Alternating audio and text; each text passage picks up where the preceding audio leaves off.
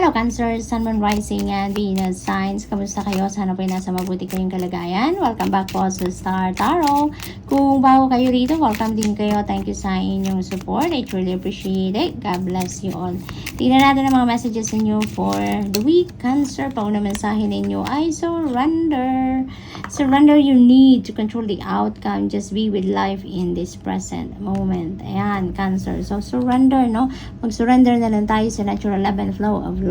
Let's surrender to God all our concerns, no, kahit yung outcome ng mga bagay-bagay na gusto nating mangyari sa buhay natin, wag na nating ipilit, and instead let's surrender it to God. Let's lift it all up to God, no? Kasi kapag nagsusurrender tayo, kapag ino-offer natin ang lahat-lahat sa Panginoon, mararamdaman din ninyo, manonotice ninyo na kay gaan ng journey ninyo, no?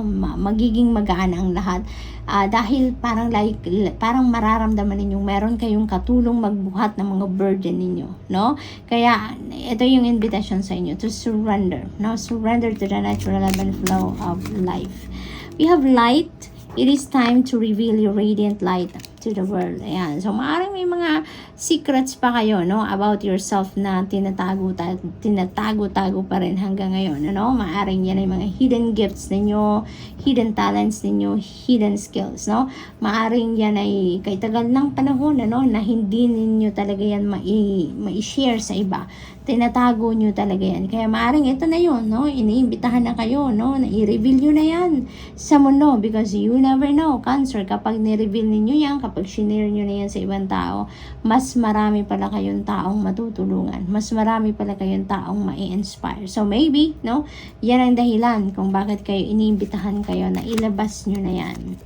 We have Earth Guide. Your sacred calling upon this planet is to simply love and be loved. Alam mo, Cancer, you're such a very generous person. You're very kind, you're very loving, you're very compassionate, no? Kaya siguro maaaring may mga tao na nagsasabi sa inyo na you are my angel, you are my earth angel, you are my earth guide. Kasi hindi ka na uubusan ng mga bagay na pwede mong gawin para sa ibang tao, para makatulong ka sa ibang tao in any way, no? Yung ganon. Kaya you have so many different manifestations of showing your love to a person, no?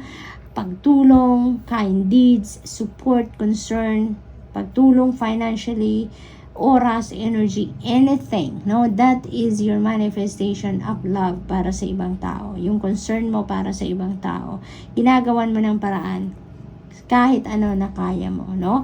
At yan ang paraan ninyo para sa pagtulong sa ibang tao. Yan ang paraan ninyo para sa pag-express ninyo ng pagmamahal sa mga taong nasa paligid ninyo. Attachment. Ayan, so maybe this is unhealthy attachment, no? That could be to something, that could be to a situation. Maaring ganon. So maaring ang iba sa inyo dito, no, you've been longing for love. Maaring ganon. Maaring you've been longing for an attention. Maybe you're longing for care, no, sa ibang tao. Maaring ganon. At maaring gumagawa kayo ng paraan para mapansin kayo ng ibang tao. Maaring ganon ang ganap dito for some of you, no? But of course, this is not going to resonate with everyone, so just take as it resonates. We have elementals, and nature spirits, and the 4 elements, no? Yung air, water, fire, and earth, yung ganon. Yun ang ngayon sa inyo, para may panawagan sa inyo dito, no? Na parang mag-connect kayo, no, sa 4 elements. Mag-connect kayo sa nature spirits, because maybe ginagamit sila ngayon ng divine universe, ginagamit sila ngayon ng Panginoon to send you messages, no, to send you guidance. Maaring ganon, or to help you, no, with kung ano man ang kailangan ninyo. Kasi maaring naghihingi din kayo ngayon ng guidance, naghihingi siguro kayo ng signs, naghihingi kayo ng mga symbols ngayon na makikita ninyo para makatulong sa inyo na magdesisyon, no? Maaring ganun ang ganap dito. And maybe, it's going to be answered through nature spirits, no? Maaring ganun ang ganap.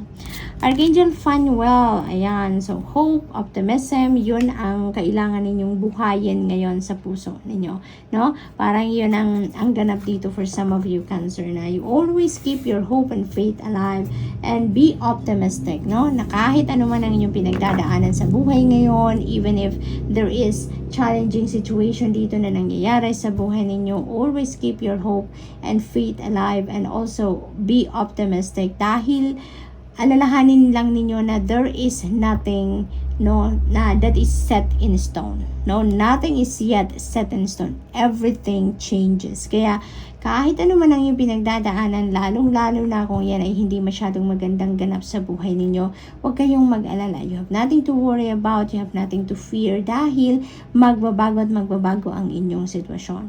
And especially if you're taking action towards that, na mabago ang inyong sitwasyon for the better, ay lalong mas magiging mabilis ang ganap dyan dahil tutulungan kayo ng Divine Universe na mas mapabilis ang pagbago ng inyong sitwasyon for the better. No? So, dito naman sa card na to sinasabi na there are new beginnings coming your way. May mga pagbabagong mangyayari talaga dito na mangyayari sa buhay ninyo. Depende sa inyong sitwasyon, meron kayong sisimulang bago. Maaring bagong endeavor, maaring bagong sitwasyon, maaring bagong paniniwala, bagong trabaho. It could be in any area of life, depende sa inyong sitwasyon, but definitely there is something new na sisimulan kayo dito sa buhay ninyo. Okay? Knight of Pentacles energy, definitely there is something dito na gagawin ninyo or sisimulan ninyo, no?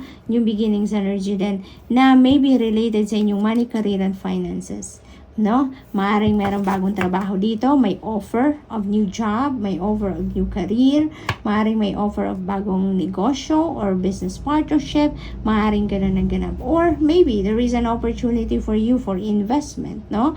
Maaring ganun din ang sitwasyon dito for some of you. And who knows, no? For you, Cancer, maaring yun ang mga areas, no, na sisimulan ninyo dito. Yun ang mga areas siguro na magbabago, no, sa buhay ninyo kasi maaring ngayon pa lang kayo papasok sa ganung mga sitwasyon. Okay? So we have 10 of Pentacles. Napakaganda nito because this is about wealth. This is about security and stability, not only for short term but for the long term in terms of finances, no? So maaring ang iba sa inyo dito, you're working on that, no? You're working on laying a solid foundation in your finances, no, for the long term. Maaring yung financial future dito ang focus ng iba sa inyo, sinisikap ninyo na talaga makapag-ipon na kayo, makapagtabi na kayo, or maaring parte yan talaga ng budget ninyo, no? Na every time talaga magtatabi kayo ng pera para sa inyong future. Maaring ganon. For others of you, this is inheritance that you are talking about. Maaring may mga mana kayo ngayong dinidiscuss with other members of the family. Maaring mana ngayon ang pinag-uukulan ninyo ng pansin. Maaring inaasikaso ninyo mga papeles, or maaring nag-aasikaso kayo para malipat na sa inyo ang pangalan ng kung anumang property if it is a property, no? We have King of Pentacles, napakaganda. These are all Pentacles energy. So, talagang very, very imminent dito ang mga financial opportunities and financial blessings, no, na maaring dumating sa inyo dito, Cancer.